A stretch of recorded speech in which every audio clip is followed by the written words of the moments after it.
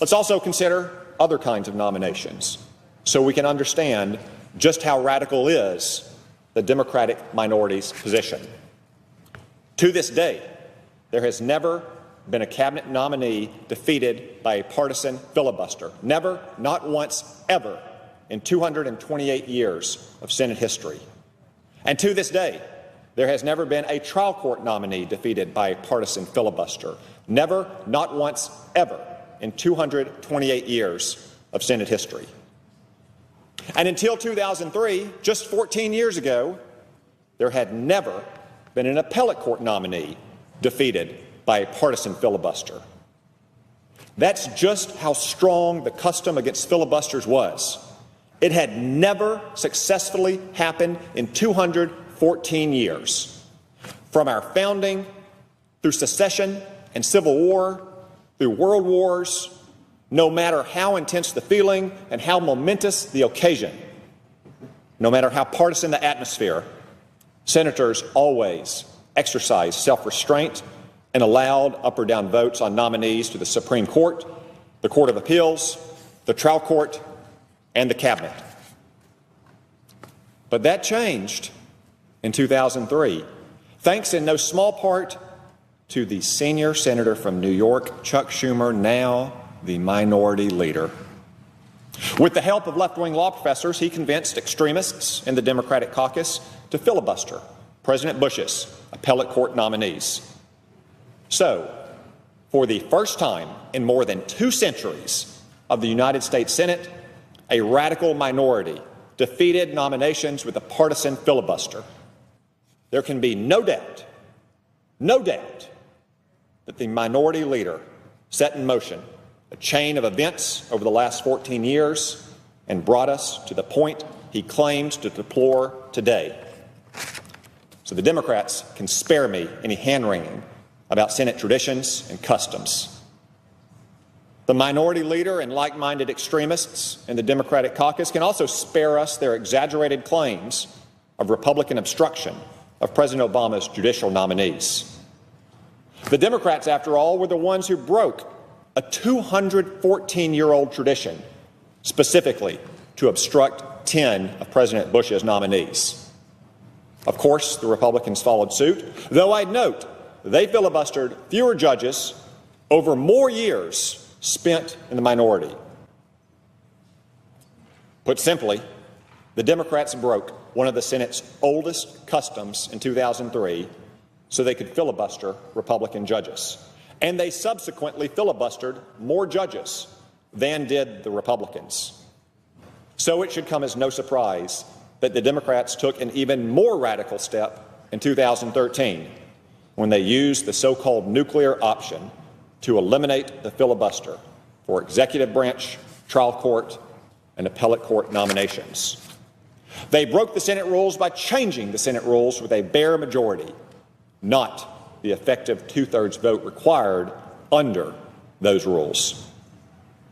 The radical Democrats will accept no constraints on their will to power when in power, whatever it takes to pack the courts with liberal extremists or block eminently qualified Republican nominees is exactly what they'll do. But don't take my word for it. Let's review what the Democrats were saying last year when they all believed they'd be in power with Hillary Clinton as president and Democrats controlling the Senate. We didn't hear much talk about the sacred 60-vote standard back then. On the contrary, the Democrats were promising to use the nuclear option again, this time to confirm a Democratic nominee to the Supreme Court. Former Senate Minority Leader Harry Reid said, "I have set the Senate so when I leave, we're going to be able to get judges done with a majority. If the Republicans try to filibuster another circuit court judge, but especially a Supreme Court justice, I've told them how, and I've done it in changing the rules of the Senate." The junior senator from Virginia, who would have been vice president had Secretary Clinton won, said quite frankly about the Supreme Court vacancy, "If these guys think they are going to stonewall the filling of that vacancy or other vacancies, then the Democratic Senate majority will say, we're not going to let you thwart the law." The junior senator from Oregon warned ominously If there's deep abuse, we're going to have to consider rule changes. And the senior senator from New Mexico perhaps summed it up best of all when he said, "The Constitution does not give me the right to block a qualified nominee, no matter who is in the White House. A minority in the Senate should not be able to block qualified nominees." Don't think for a minute that the radical Democrats would not have made good on these threats. They've exercised little restraint on judicial nominations over the last 14 years. They betrayed over 200 years of Senate tradition and custom.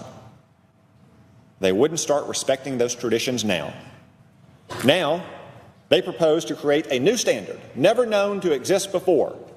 The Senate will not confirm a Republican president's nominees to the Supreme Court, because if the Democrats will filibuster Neil Gorsuch, then they will filibuster any Republican nominee.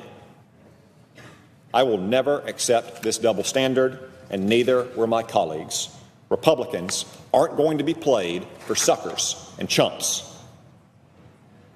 After this week, the Senate will be back to where it always was and where it should have remained. Nominees brought to the floor ought to receive an up or down, simple majority vote. And don't expect to hear regret from me about it. There's no moral equivalence here between the two parties. To suggest any equivalence is to divorce action from its intent and aim. In 2003 and again at this moment, the radical Democrats overturn venerable Senate traditions. The Republicans are acting to restore them. Those who cannot see the difference, to borrow from Bill Buckley, would also see no difference between a man who pushes an old lady into the path of an oncoming bus and a man who pushes the old lady out of the path of the bus, because, after all, both men push around old ladies. So I'm not regretful. I'm not racked with guilt. I'm not anguished. I'm really not even disappointed. There are no schoolyard taunts of "you did it first." There are no charges of hypocrisy.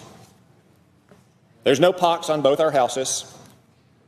The Republicans are prepared to use a tool the Democrats first abused in 2013 to restore a 214-year-old tradition the Democrats first broke in 2003. And we're supposed to feel guilty? Please.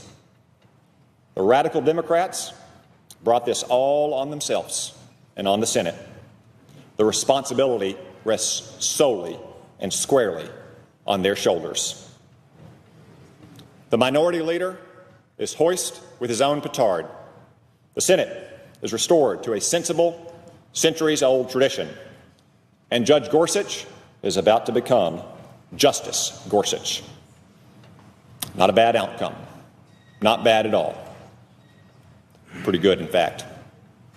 Mr. President, I yield the floor.